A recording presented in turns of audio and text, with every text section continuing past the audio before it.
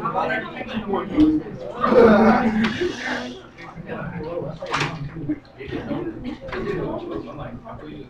you know, it's like every few months my lab just magically changes to something. Like it evolves. Oh, I'm sorry.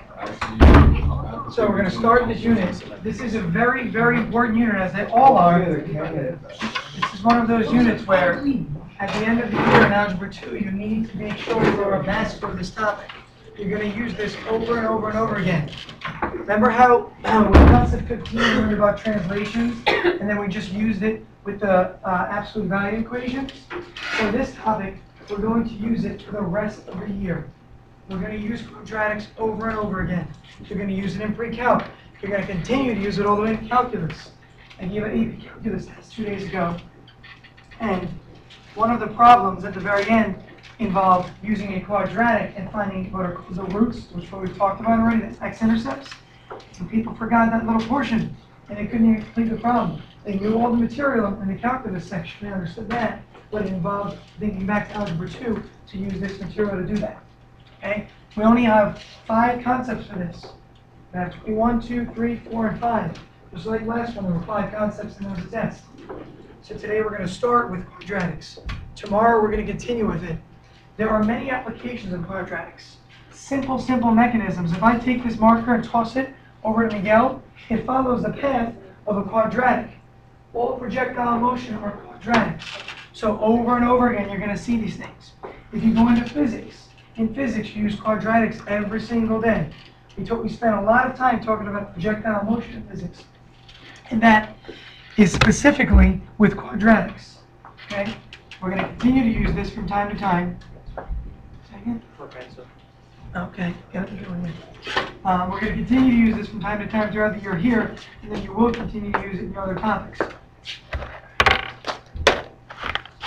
We'll do some examples today, some straightforward math examples, and we'll look at somewhere like a basketball is being shot, or a football is being punted, to determine where it's going to land, or determine where it would cross in the end zone, or where it would hit the backboard. All these different techniques you can use quadratics to actually solve. At some point in the next 5 topics, we're going to spend a good amount of time in the library going through different activities to show you where you can see them. You might even spend a day in Savio Hall going through basketball shots and recording the path to the arc. I'm trying to put a good lesson for that for this year. Okay, that would be toward the end of it though. So a lot of this stuff we're going to do around like concept 23. We might do the ones in the computer lab after that. And then after like concept 25, we might spend some time in Savio Hall going through a different lab or so. Just get the idea of projectile motion. We could do it outside. The weather is not the nicest right now. Today is great, but we don't know how it's going to be. If it's nice, maybe we'll go outside. For the physics class, I built a potato launcher. A potato launcher is pretty much a PVC pipe with a combustion chamber, and at the end of the combustion chamber, you fill with the fluid and then light it off. The potato launches like 200 yards. Goes pretty far. We should shoot somebody with that motion launches. I didn't know it. If you just Google potato launcher, you'll see that there's a lot of videos on this. You'll see that the idea of the math is a projectile. Now, if we want to think realistically though, again, we're talking about a shape that looks like this. Okay, that's the shape of a projectile motion. That's what a quadratic is. Now, if we think realistically though, in real life, when we have things like air resistance, it doesn't follow a perfect path. So realistically, here's the path of maybe a projectile. Okay? It is not a perfect parabola, or it's not a perfect quadratic. It is not symmetric because of air resistance. But here, what we're going to do when we look at projectiles, we're not going to include air resistance, so we can see how parabolas are able to model them. Now, if you go on to study engineering, go on to study math and science, you'll figure out that including air resistance is what you have to do, actually, because it's realistic. You can't just ignore friction, and that's what air resistance is, it's friction. So, the only problem with using that in a class like Algebra 2 is that to include air resistance, the equations that you use to solve are equations that you learn in like calculus level 3 and 4, which is not a difficult thing, but we just haven't learned that yet here. So once you get beyond calculus 1 and calculus 2, you can then start looking at things that are called differential equations, which model air resistance. So for now, what we're going to work on is looking at the path of the red quadratic. Okay, okay, the red one, because that is our symmetric quadratic. It's the same on both sides. We don't have to include air resistance here. We can determine our answers much easier. So for today, what we're going to try and do is the following. We're going to look to see how do we find the vertex of a quadratic, how do we find the axis of symmetry, and how do we find the y-intercept. Now, those three things depend on what way the equation is written. The equation, if you remember from lines, the equation could have been written like y equals ax plus b. So for example, y equals 2x plus 7. Or it could have been written like 2x plus 3y equals 12. Depending on the way it was written, it was easier to use one technique or another in order to graph it. Same thing goes for today. We're going to look at three different forms of the way it's graphed. We're going to look at standard form, we're going to look at vertex form, and we're going to look at what's called intercept form, or root form. Okay, so depending on those three things, we're going to determine there are several ways to find these three different things. So in your yearly list of concepts, I think I called it finding the vertex of a quadratic. I've renamed it to quadratic forms. Okay, simply because we're looking at the three different types of quadratics, the three different forms of quadratics. That's what we're going to spend today doing. Okay, I know my voice is shoddy. Sorry guys, I'll try my best. Now, let's start with the first form. It's okay. Thanks, John. The first form is called standard form.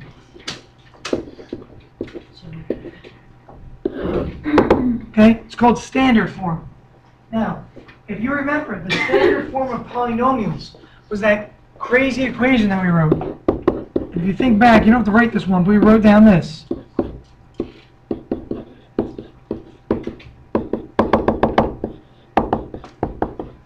Okay, where every coefficient for each term will be A, then B, then C, depending on how many you have. For this topic, when we have quadratics, you might remember this from Algebra 1. Quadratics have three terms. There's ax squared, there's a bx, and there's a c. And if you remember, we called this a parabola or a quadratic. Now, please note the difference here. The equation is called a quadratic. The shape of the path is called a parabola. Again, this is called a quadratic, but when you draw the shape, we call the shape a parabola. We don't call the shape a quadratic shape. You say it's a parabola. You say the equation is a quadratic. Okay? So please write down the fact that this equation is called a quadratic. The shape itself will be called a parabola. And we can go back and quickly just write it on here that this is a parabola. Okay? Just like a line is a line, the function is called a linear function. Okay? You gotta go to the bathroom? What's wrong? Go ahead. Okay, guys, if you need water, you know that. Just go ahead. Again, this is our standard form. Now, if we had 5 terms, we would have A, B, C, D, E as our coefficients. But here, we only have 3 different terms. So we're going to have A, B, and C. Again, for a quadratic, it will always be x squared. It will always be x squared. When we get on to cubics and quartics, it's going to be x to the third, x to the fourth, and we're going to study where those come into play. So this is my standard form. Now, in order to figure out what we're going to do today, I'm going to tell you some stuff and we're going to show some stuff. So some of the things I'm going to tell you the equation for, some of the things I'm going to actually show how we get them. Now, the things that I just tell you the equation for today, we're not going to go through where it came from today, but we will go through where it came from when we get on to concepts 22 and 23. Okay? Now, if we go back and look at our shape, any parabola has what's called an axis of symmetry. Think about symmetry. What does symmetry mean? It's the same on both sides. So you can be symmetric on each side this way. You can be symmetric about the x-axis. So think about standard things that are symmetric, like the letter A. The letter A has a line of symmetry. Where is it? Middle. Very good. Vertically down the middle. Okay? Vertically. The letter V. The, what else? T. The letter T. You did say two. Did you say 2? The letter T. Okay? The letter M.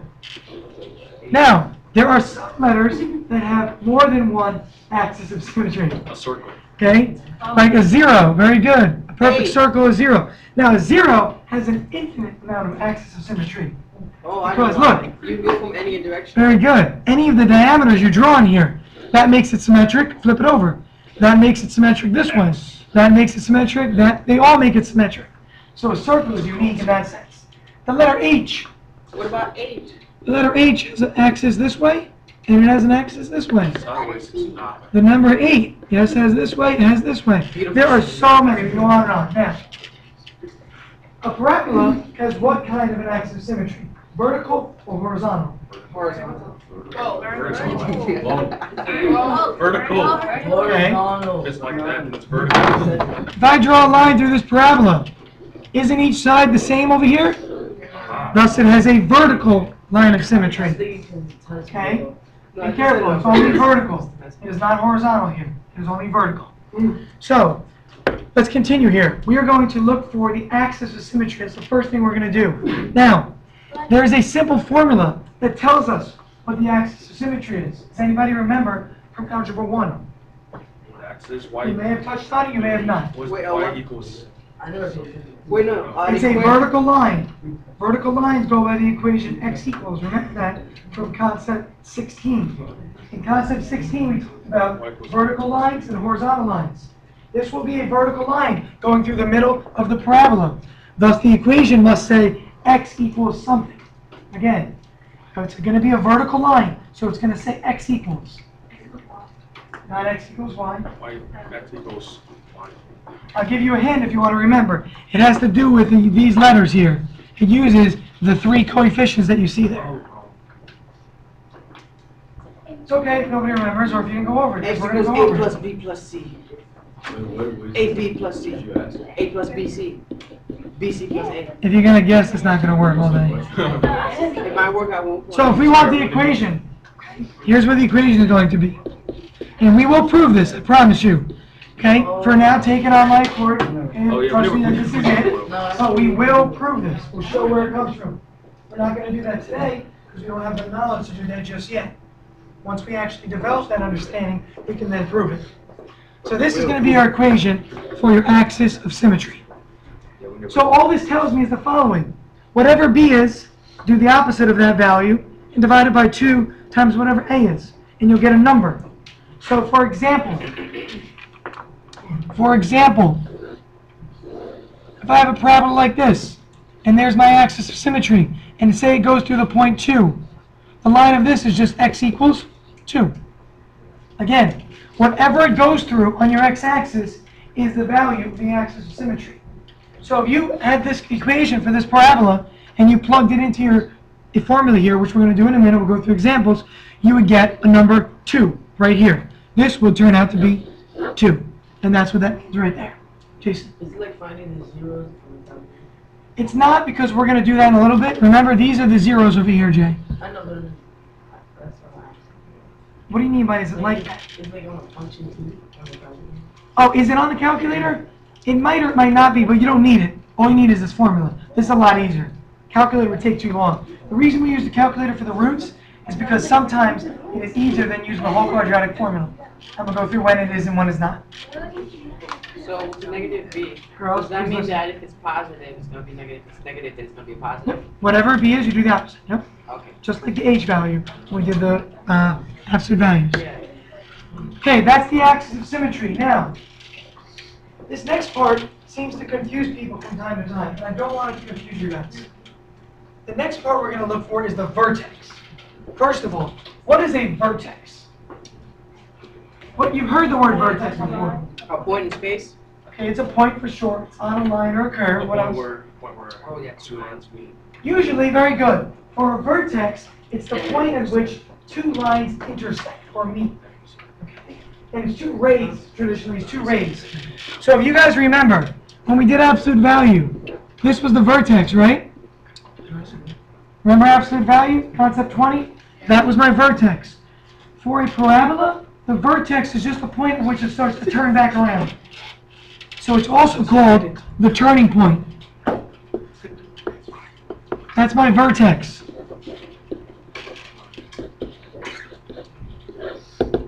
We can also call the vertex, please write this down, the turning point. The turning point. It's the point at which the graph no longer increases, but what does it start to do now? Decrease. when you guys get to pre-calculus, when you study pre-calculus, you're going to talk about functions that are increasing and decreasing. This function is increasing until it gets here. And then what happens? It starts to decrease afterward. So that's why we call it the turning point. Now, if a parabola is drawn in the way it's drawn here on the right, in this fashion, there's another label that we can call this. What's another word that we can use to describe that point? The highest point. Very good. Which is also called what? It is like that. Very good. But there's another word in math that we use. We used it before. Say the first word. To designate the highest point or the biggest value. What is it? The maximum. Again, if it's drawn like this, the vertex is also a maximum. If it's drawn the other way, what is it? Minimum. Again, this is your maximum. This is when you have a minimum. And we're going to talk about which way the graph looks based on the value A. As always, remember A? If A is positive, the graph looks like this. If A is negative, like this. So think about it this way. If A is less than 0, that's what happens. Or if A is negative. So write words down if you need to. If A is positive, the graph looks like that. So if you want to remember, if A is positive, my graph opens upward. Thus I have a minimum. That's exactly right, and that's why we went over such an important topic, concept 15. Concept 15 told us when A was positive, we left it facing up. When A was negative, it faced down. So when A is positive, we have a minimum. When A is negative, and use your hand to do this. When A is negative, it is a maximum. We're at the top now. Okay? So we always call it a vertex. We can call it a turning point. We can also call it a max or a min. It can't be a max and a min. It's one or the other. Okay? Should it be in the middle? Can't be a max or a min. If it was in the middle, then we would have a horizontal line. And it would be neither. Okay? Good question. To find the vertex, I want to know what the coordinate is. So, in this graph up here on the right, for this example that we looked at before, to find the vertex of this graph, what is the x-coordinate of the vertex? What is the x-coordinate of the vertex? He knows it, but he doesn't know. No, I forgot my lunch at home. I have some extra food upstairs. Remind me. Oh. Guys, come on. What do we call the x-coordinate? The x-coordinate of the vertex. What is the value of it? Why is it 2? Because right here we can see that if we go up, this is the value of 2. Very good. So, the x-coordinate of the vertex will always be the same as what? What is it? Very good. The axis of symmetry. Again, the axis of symmetry in this example was 2. The x-coordinate of this point is also going to be 2. So when you want to find the vertex, the x-coordinate is simply negative b over 2a, whatever the axis of symmetry is. Again, for this example, it's 2, but generally speaking, the x-coordinate of the vertex will be the same as the axis of symmetry. Thus, it is negative b over 2a. Now, I'm going to close it. Sorry, we're going to make a coordinate here. It's a coordinate. This is my x value of the coordinate. My y value is going to be next. John. Did you say almost always going to be, or always? Oh, it is. Always. Now, if I know the value of x is 2, how do I find the value of the y coordinate? That would give me the y-intercept. If I have a function, so say the function is f of x equals 2x squared plus 3x plus 5, and I want to find the y value, and I know the x value, what do? Set it to 0? Okay, if you have a graph, but if you have a function, Set it to 0? not set it to 0, just plug it in. Just plug it in the function. So if this, let's say for example here, let's say this function was defined as negative 2x squared Plus. Busy young.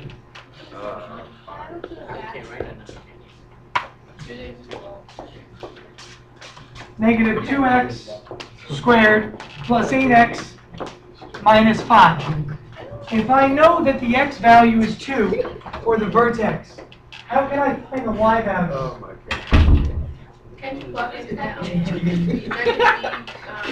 2a for x.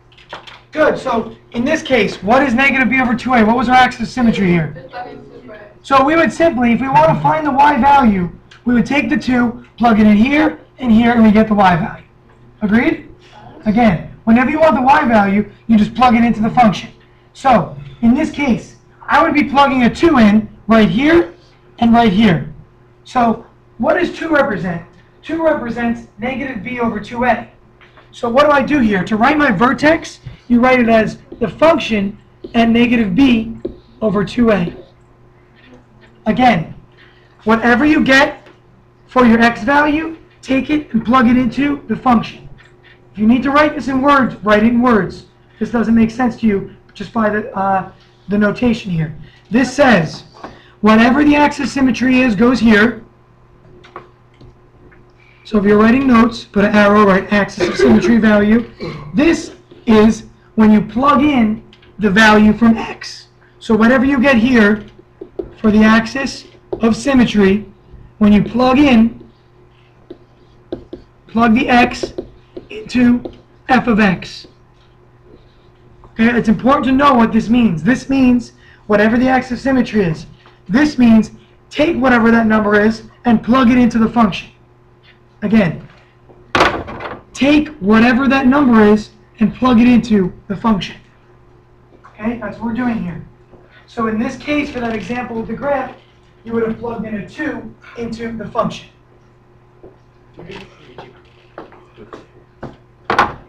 Okay, that's axis of symmetry and vertex. The last thing we have to do is the y-intercept, which is the easiest by far. Okay, and we're going to show exactly why right now. If you want to find the y-intercept, a minute ago Derek told us we have to set x equal to 0. Whenever you want to find the y-intercept, just like with the linear functions last test, when you want to find the y-intercept, set x to 0. So take a look. My general function is written on the board. If I set x equal to 0, raise your hand and tell me what happens. Raise your hand and tell me what happens here. It's only going to be a I asked to raise your hand. Nobody did that. Juliet. the only answer you're going to get is C. All that's left is c. Again, if you do the function or evaluate the function at 0, ax squared and the bx drop off. 0 plus 0 plus c. So whenever you're in standard form, the y-intercept is just c every single time. Okay? So your y-intercept is 0, comma, c. It's the easiest one to remember. You don't have to do any work. Whatever that last number is, that's the y-intercept. Again, this is for standard form. When we get to vertex form, things change a little bit. It's not going to be the same. So what we have here are 3 things. We've got our axis of symmetry, negative b over 2a. Our vertex, you take whatever the axis of symmetry is for the x, you plug that x into the function to get the y. For the y-intercept, it's just 0, comma, c. Okay? Now, the first example we're going to do is going to be a basic one with math, or just equations. The next example, we're going to do one with basketball. The next one, we're going to do one with football. Okay, so the first one is just an equation. We have to go through the process just with math, and then we'll see how we can apply it to actual applications and situations. So for the first example, let's do g of x. So this is example number 1. G of x equals 3x squared minus 6x plus 1. And what we want to do is find those 3 things. Now, right away, everybody respond. What is the y-intercept? 1. Again, whatever the c value is, tells me the y-intercept. What is the value of a? 3. What is the value of b? Negative 6. negative 6. Be careful there. That's the mistake I see a lot. Be careful. Negative 6. Be careful. According Sometimes, to yeah, all right, good. So the y-intercept, here's my y-intercept, everybody. That's the first part, done. Now, I cannot get the vertex until I get the axis of symmetry. Again, I cannot determine the vertex until I determine the axis of symmetry. So for the axis of symmetry, okay, the axis of symmetry, what did we say the equation was to use again? Negative B over 2A. Negative b over 2a. So plug in your numbers, people. Tell me what you get here. You happen to get 1 here as well. Very good. And let's go through this. So negative b tells me negative 6 over 2 times 3. Again, remember, people, a is simply 3.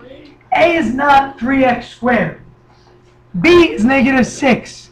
B is not negative 6x. You don't use the x. The a value, the b value, the c value are just numbers. They are not variables here. They are numbers. They are called constant coefficients. Okay, they are constants or numbers. So here, negative 6 is what? Positive 6.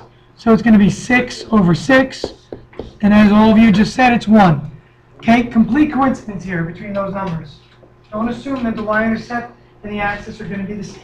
Complete coincidence. And remember, the intercept is the y-coordinate, whereas the axis of symmetry is actually an x-coordinate. So they're very different from each other. Finally, if I want the vertex, okay, if I want the vertex, what do we say the x value of the vertex will always be? It's the axis of symmetry. The axis of symmetry. So what is it? 1. Good, so that's a 1. Again, whatever the axis of symmetry is the same as the vertex x coordinate. If I want to find the y coordinate, what do I do with that 1? Plug it. Plug it in, very good. So plug it in the function. Negative 2. You're going to get a 3 minus 6 plus 1, which is, as many of you just said, negative 2. Again, all I'm doing here, I'm plugging in the 1 here. This is really 3 times 1 squared. This is really 6 times 1. If I square 1 or use 1, gentlemen, pay attention. If I square 1 or use a 1 to multiply, it does not affect the equation. That's why I automatically use 3, 6, and 1. Again, how did we do this? I took this value, plugged it in here, plugged it in here to give us this value right here. Again, your vertex will always be the same x as the axis of symmetry, and the y will be the value when you plug it into the function. Okay? Now, we are not graphing right now. We're going to use concept 24 to graph. But if I were to sketch this, I already know a lot of information. So let me just give you guys a quick idea of what this sketch would look like. I know the y-intercept is at 1. So if I'm drawing a graph, here's my y-intercept already at 1. I know my axis of symmetry is at x equals 1. There's my axis right there. Again, this is at y equals 1. This is at x equals 1. My vertex is at 1, negative 2. So 1, negative 2. Here's the vertex. Remember, what does the vertex mean? It's the turning point. So is this vertex going to be a minimum or a maximum? I heard both. Maximum, minimum, maximum. Which one is it? Minimum. What is the value of A, everybody? A is what? 3. A is 3, which is positive. So the graph opens up like this. So what is the vertex going to be? Minimum. Minimum. Some of you said minimum, I know, but I heard both. Again, so since this is a minimum, I know the graph will open like this. I already have the general shape. Okay?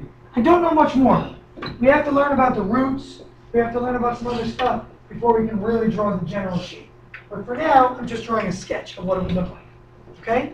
So we have an idea of what we're doing here. Again, this would be the y-intercept. This would be your axis of symmetry. This would be your vertex. Okay? Your vertex is also your turning point. which in this case is a minimum value. Okay. Next, that was all standard form. Okay, and if you look at the notes tonight online, you'll see that your notes, the whole first page is standard form. The second page we're going to look at in your notes is going to be vertex form. Okay? And remember, vertex form. The vertex had an H and a K. So we're going to see that again here. So here's vertex form.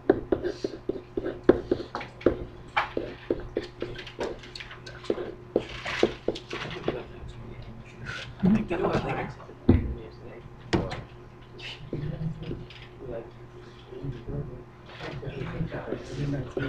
That's a lie.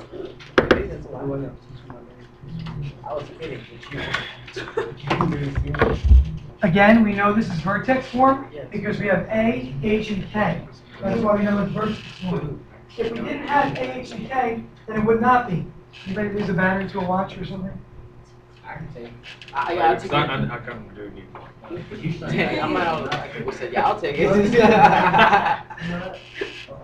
A button stone. Oh, that's definitely mine. Yeah. I have a Rolex. It fell. Someone took it. I have a fossil watch. I'll take it. You got a Rolex, we all have Mercedes. Oh, snap. He's younger. What's up, man? Oh. I'm still being a minivan. Okay, now, if we remember from Drop set. If we remember from absolute values, H and K represented my translations. It's going to be the same thing here. So again, H and K tells me where the vertex is going to be.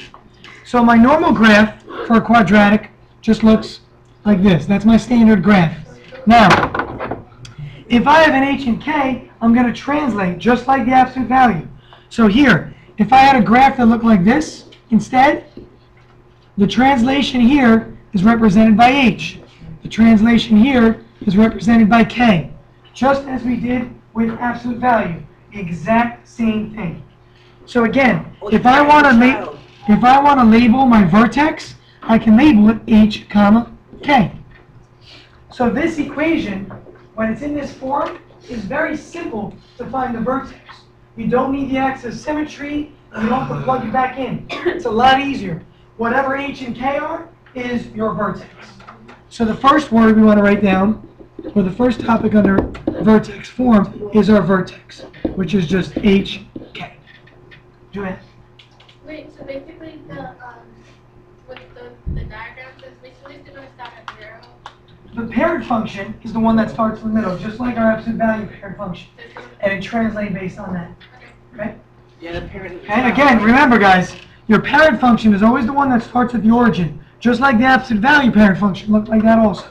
The red here is the parent, the green is the translated function. Or the child. Okay, or the child, as we said.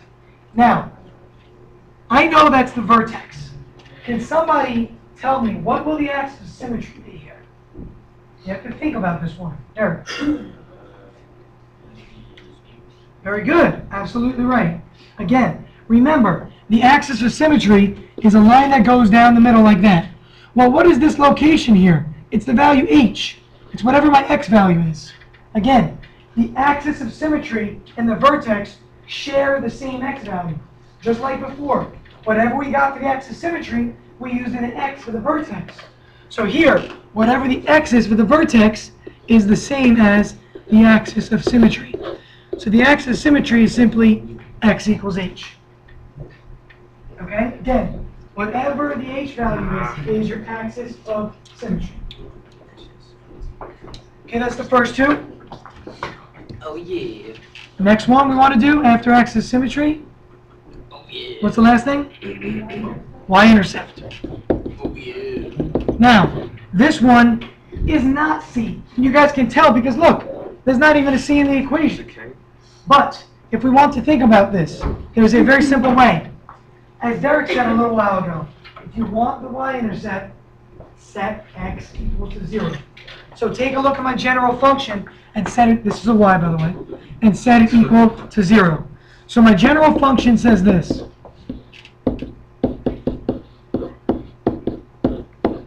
Okay, there's my general function. Just put a 0 in for x. Everybody take x, put a 0 in. What is 0 minus h? Negative H. Negative h. Very good. So if it was like 0 minus 5, it would be negative 5. So inside of here, this 0 minus h squared, everybody see that? Is really saying negative h squared. Well, what happens when you square a negative? It becomes positive. It becomes positive. So if I want to continue writing this, I can write it as 0 times negative h squared plus k, or simply ah squared plus k. Okay? Again, for this example, when you plug a 0 in for x, you're left with 0 minus h, which is a negative h.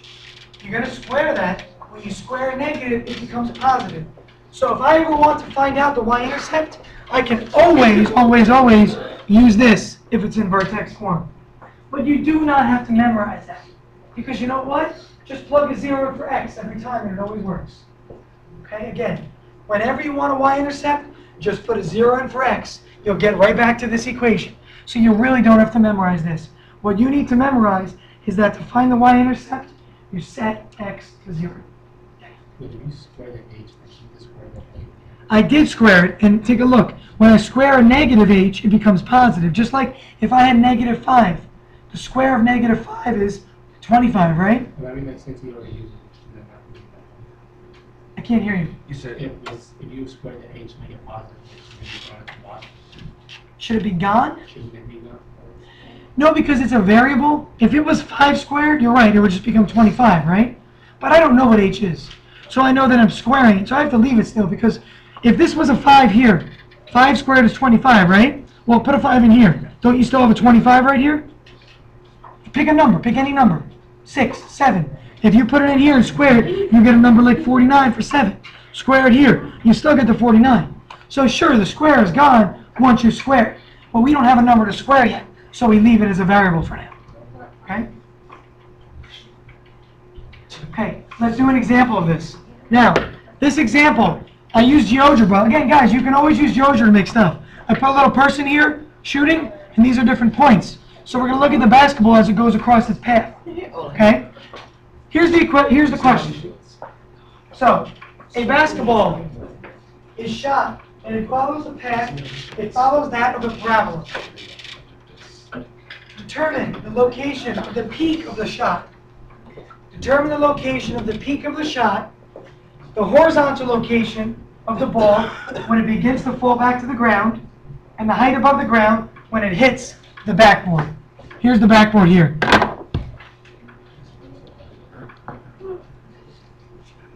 You guys can't see. Sorry, I know it's a little bit small. But again, we are trying to find 3 things. We're trying to find the location of the peak of the shot, the horizontal location when it begins to come back down, and the height above the ground when it hits the backboard. So we're really trying to find 3 things here. Who can tell me what those 3 things are in terms of parabolas, like we said a minute ago? vertex. I mean, Oh, I'm sorry. the vertex, the axis of symmetry, and... Which is which, John? I need you to tell me within the problem what everything is. Okay. The location of the peak of the shot. Now, peak of the shot would be the vertex. Again, very good. The location of the peak, isn't that right here? The peak is the top of the path, which is the vertex.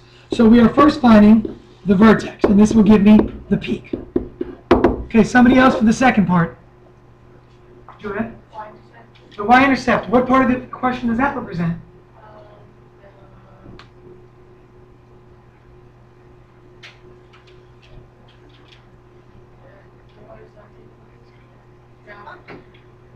Something like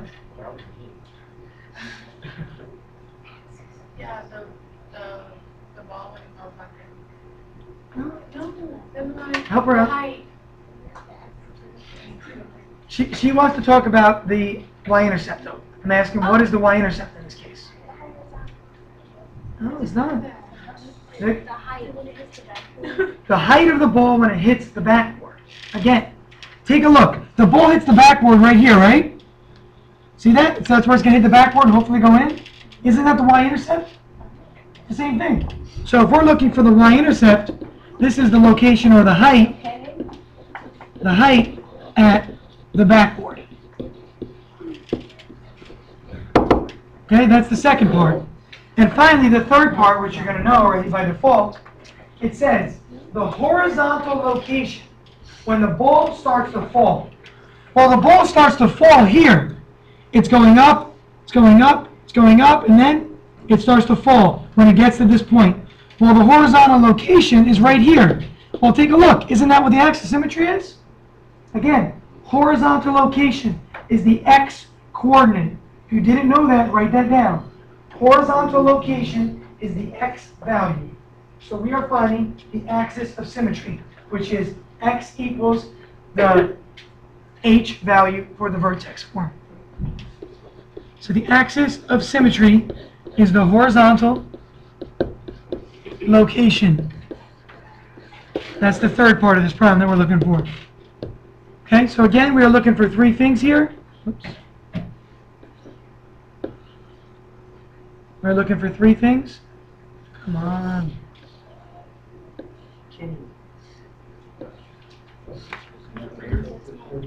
It's like bugging out. I don't know what. There we go. If we want to find the vertex or the peak, and we have the general form, it's given over here. Again, here's the equation, it's written down. What is the peak going to be for this? 2, 4. I heard 2, 4. Anybody disagree? Nobody? I disagree. I don't even know the number. The equation's right here, guys. I know for a fact 4 would be that. Negative 2, 4. Remember, the general form is x minus h squared plus k. The x minus h tells me that this h value must be a negative 2. So the vertex is going to be negative 2, 4. Again, I do whatever the opposite is here to get the h value, and whatever that is on the outside to get the k value. Same as absolute value functions. No different at all. Next, I want the y-intercept. How can I find the y-intercept here? Set what to 0?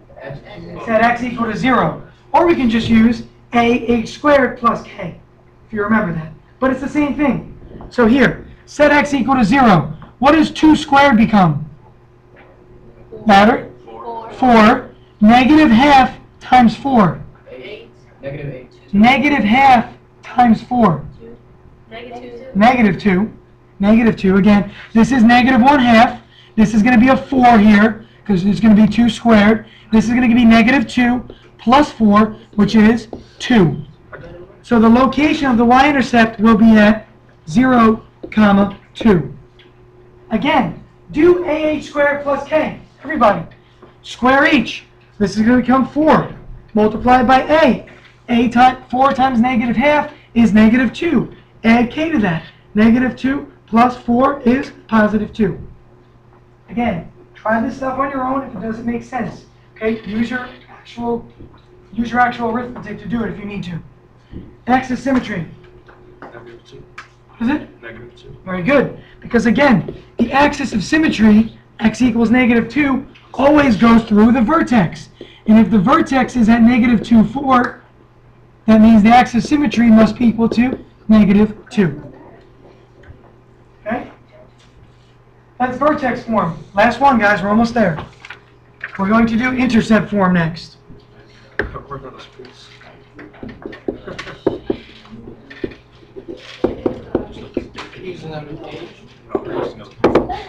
Okay, this is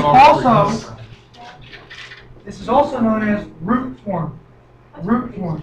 Because remember, the x-intercepts are also called the roots, or the zeros of the function. Okay, so this is also called root form.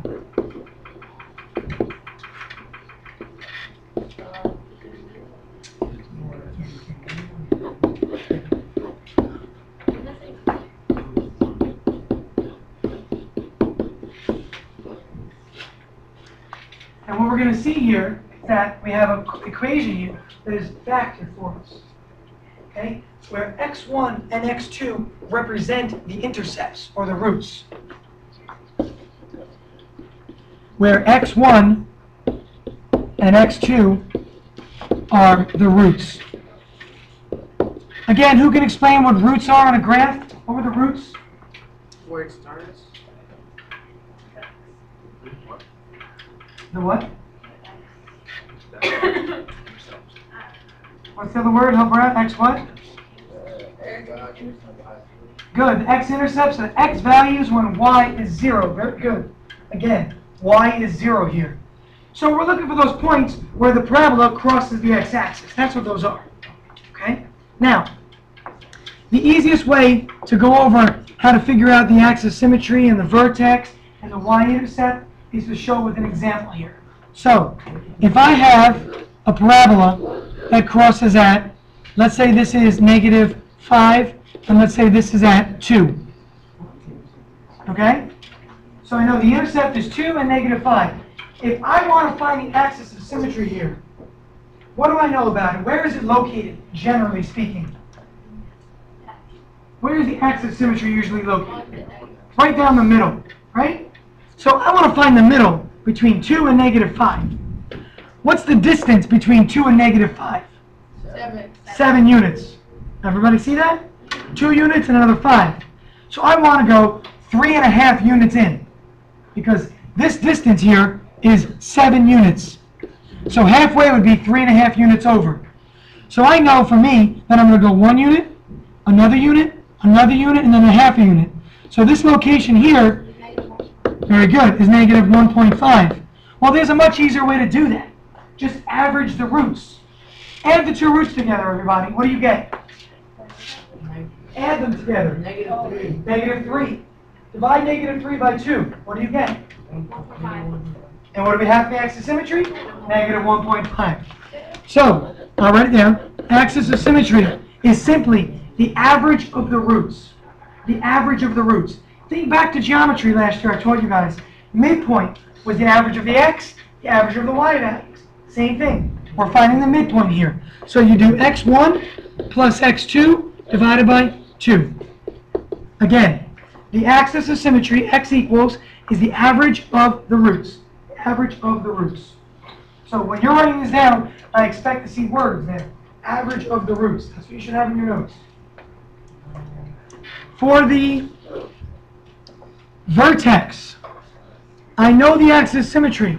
So what do I know about the vertex automatically?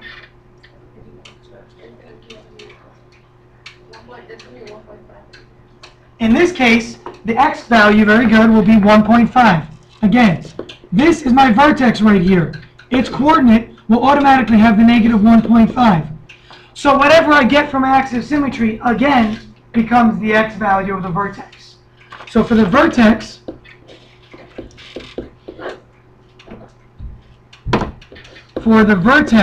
if I want to know what the x value is, it's whatever I get for the axis of symmetry. Again, whatever number you get, like we got -1.5 for the axis, is the same as the x value of the vertex, every time. How do I find the y value again? What do I do with that number? Plug it in the function. So the way this looks is this. That's what that would look like. It just says this. Whatever the axis is, put here. Whatever you want to find the y value, take the axis and plug it into f's function. So we're really doing compositions here, if you think about it. Okay? x1, x2, x1, x2. And again, remember, x1 and x2 represent the roots of the equation. Finally, the last part, if we want to find the y-intercept,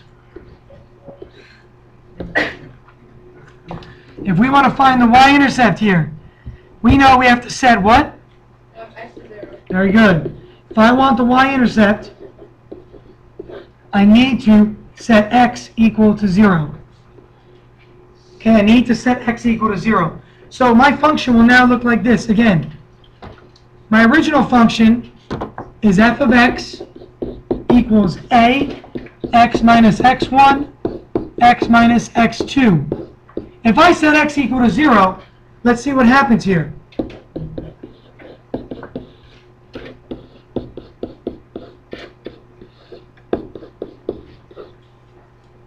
We put a 0 in for the x values.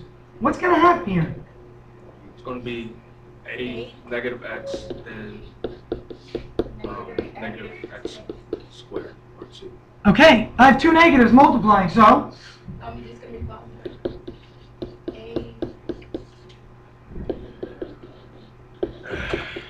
again, if I plug a 0 in here and here, I'm going to be left with negative x1 and negative x2. Well, negative times a negative is still positive, so simply write it as ax1, x2. You don't have to memorize this, again, because you know to plug a 0 in right here and right here, and you can always derive that formula every single time. Okay, every time you can derive that last formula. The last example I'm going to go through quickly. I know it's going to be tough because I wanted to make sure we actually... we're going to run out of time. Okay, here's what I want you to do tonight. I'm going to give you a homework worksheet. I want you to do the following. On page 3 of the notes, look at the last example. You'll see a person kicking a football. Read through it. The solution is all there. It's an example of intercept form. Okay? Make sure you stay up with your homework, guys. Don't fall behind. Your homework is right here. On the way out, please take one. It's right on the desk. Again, if you want your test, come by after school, please.